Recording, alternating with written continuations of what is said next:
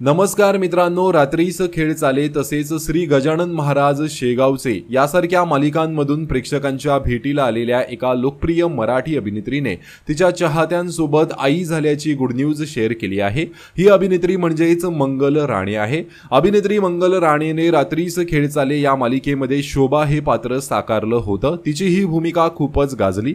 अशातच तिने आता आई झाल्याची गुड न्यूज शेअर केली आहे। मंगलने तिच्या सोशल मीडियावर आईबरोबरचा हॉस्पिटलमधील फोटो शेअर केला आहे, ज्यामध्ये मंगलच्या आईने मांडीवर मंगलच्या बाळाला घेतला आहे। हा फोटो शेअर करत मंगल असं म्हणते की लेक जेव्हा आई होते तेव्हा लेकीबरोबर आई सुद्धा नव्याने आई पण जगते।